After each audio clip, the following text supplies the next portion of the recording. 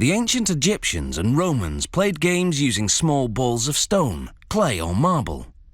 Today's marbles are made of glass and used for industrial tasks as well as games.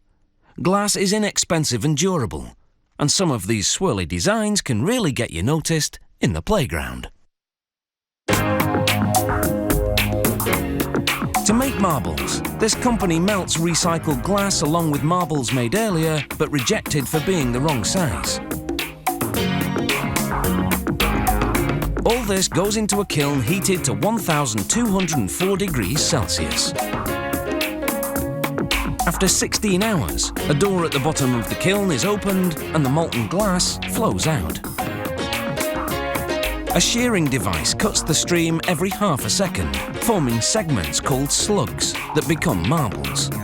To make different sized marbles, the device is adjusted to cut at shorter or longer intervals. The slugs slide down chutes, landing between grooves on spinning cast iron rolls. The spinning keeps the slugs from sticking. They'll need 72 hours to cool completely, but their final appearance is already set. That was determined back in the kiln when the airflow drove the heat to melt the glass and mix the colours. These channels separate the good from the bad. Openings along the way weed out the ones that are too big or too small, and collect the ones that are just the right size. More intricate marbles are made by hand. This craftsman first preheats some clear glass in a small oven. Then he breaks off a piece of coloured glass. After the clear glass has melted in the furnace overnight, he gathers some on a steel rod. Then he picks up a chunk of preheated coloured glass with it. He forms a knob and works the mass into a long string that's up to 5 meters long and as thin as a noodle.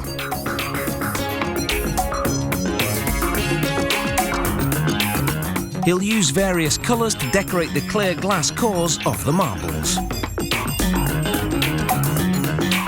A clump of melted clear glass gathers on the rod, and it's shaped over wet newspaper, which won't stick to hot glass. After the end is shaped, the clump is then rolled over several preheated coloured glass strings. Then it's back to the furnace.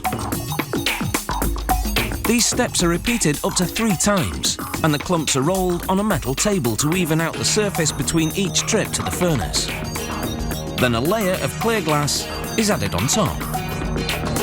Now the clump is stretched to about ½ meter long using another tool. This will be used to make several cores. To make the second layer of the core, a 5 centimeter long segment is rolled onto coloured glass slivers called ribbons. After they've been rolled in the furnace and melted, the ribbons are flattened with pliers and the excess is snipped off from the ends.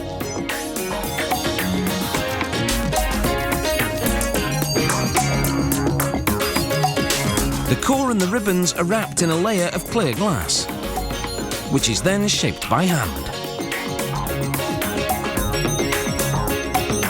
The core is rolled on more glass strings.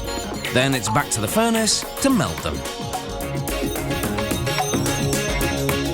One more clear glass layer is added and the inside is finished.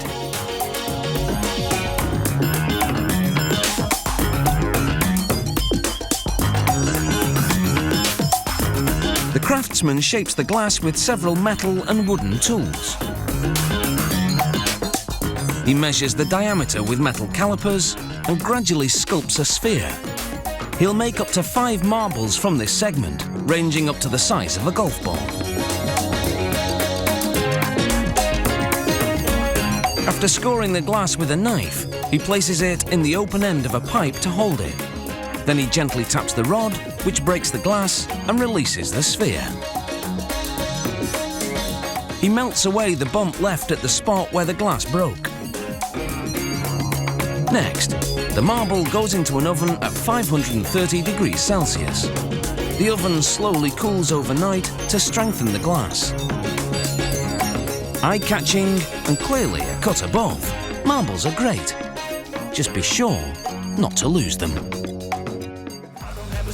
up, no I don't take shit. I got no love for the fakeness. If you wanna play tough and wanna hate this, I'll always show up.